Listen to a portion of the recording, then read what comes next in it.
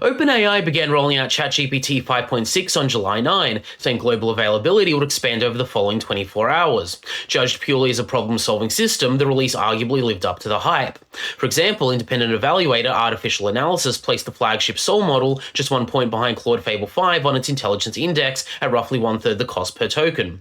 Sol also led all 3 evaluations in its coding agent index. So if what you care about is coding or complex tool-driven work, the early evidence points to a genuine step forward.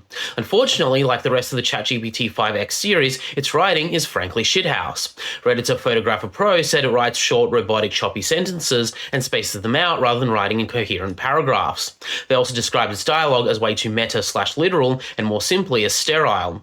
Neurotopian_ called the result vertical slop that contains lots of full stops but no cumulative argument. Another user, Rioting-Flamingo, reported that GPT 5.6 was obsessively listing things, explaining that nearly every paragraph of output contains lists of 4+ comma separated items.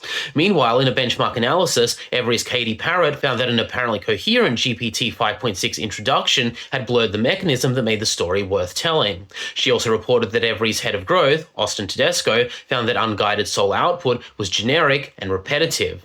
I'll add that to test its abilities, I spent 3 or 4 hours discussing PhD-level mathematics with it yesterday.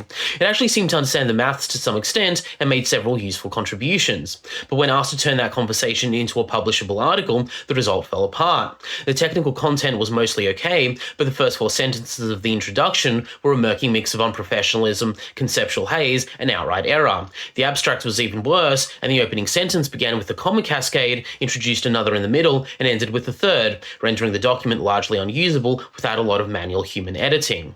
This has been Hero to Zero News. Subscribe to stay up to date with the stories that really matter.